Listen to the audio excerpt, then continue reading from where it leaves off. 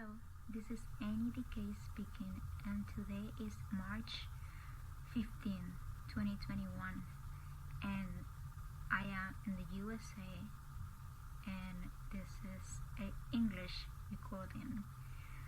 Um, Normally I don't swear, and I don't like language that is graphic. I don't use it, but sometimes some things are very upsetting, and I think that yesterday when I wrote, it was the best way to describe something that is just bizarre and odd and cruel.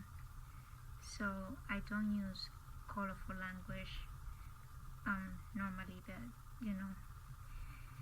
and I also do not represent or do not belong. I don't belong to any political party. I do not. I have never been involved in politics. I don't. There's something that doesn't entice me just because it's based in a lot of dishonesty, and it's a cheating system. Instead of like having to do your best, it's something that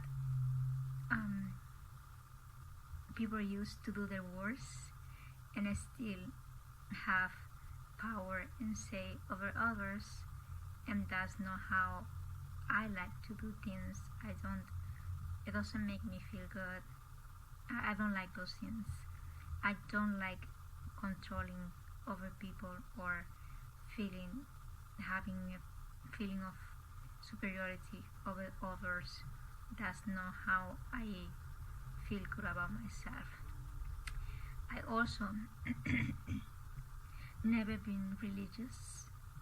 I do know a lot of religious groups, just because it's mandated.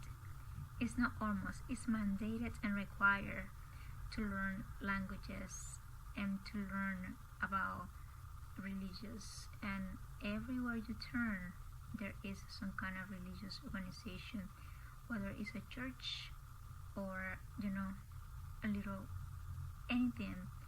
And it's almost hiding, and it's almost like you don't see the connection between politics and religious leader, but there is a big connection between them. And that's one of the things that people have to be aware, and I have become aware myself, because that's not one of the things that I teach you, is that these things are related, and they are portrayed as they're not, and are used against people to prey on them and to disempower them. Just the lack of information and having people in ignorance is a way to disempower people. And it's just so at this moment there's so many things.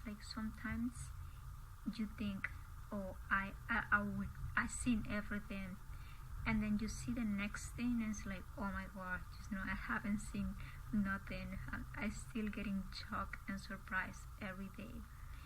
And I don't know how better to explain it, because I don't know what people see through their eyes, and people don't see through my eyes. So it's just a disconnection between those views.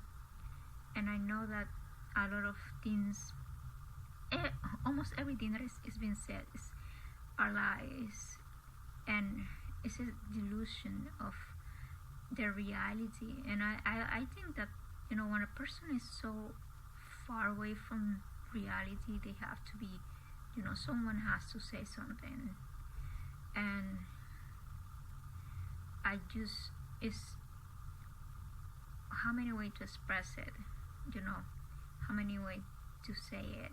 But I think that the most important thing that of all the things that are happening right now is that people try to educate themselves of what the situations really are, not what they're telling you, because they tell you one thing, but you yourself and your, common sense can see what the truth is and what is not. So it's just all this, and then they came up with this bizarre pandemic, which is only just a way to distract people, everyone, from all the corruption and all the things that they have been doing for decades, even before I was born. This is something, and that's what people have to realize, that things that happen right now and decisions that are going to be taken right now are going to haunt the rest of us for a very long time. So these decisions have to be good decisions, because it's like you inherit the actions of all these people and their economic, in the economic sense and in a everyday sense of what is happening right now.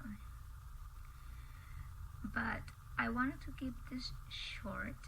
I don't want to go blabbing, and I'm not blabbing. What I'm saying is very important, but I just don't want to go into a lot of details right now. I just wanted to, have a little speak.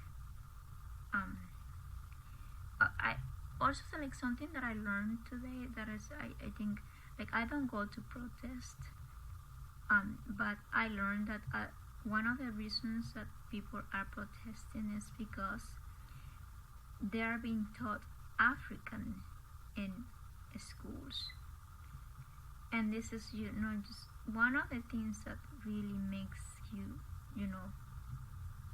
wow. That's says, when your culture and your heritage and all those things are taken away, the identity of the country, the country loses its identity, and that's what they want to achieve with the globalization idea and diversity, which in a dream world is like, okay, this is good, but in practice what they mean is that unless you're willing to abide by the rules and be like everybody else, you are not going to survive. They're not going to let you survive. And that's one of the reasons that I have been speaking about all these different little issues, which amount to something very complex.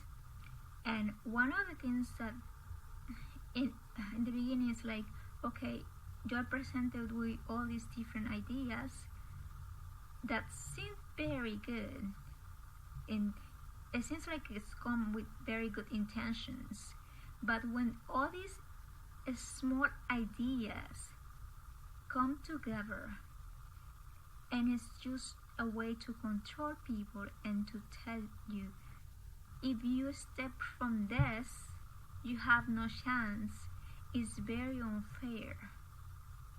And that is exactly what is happening.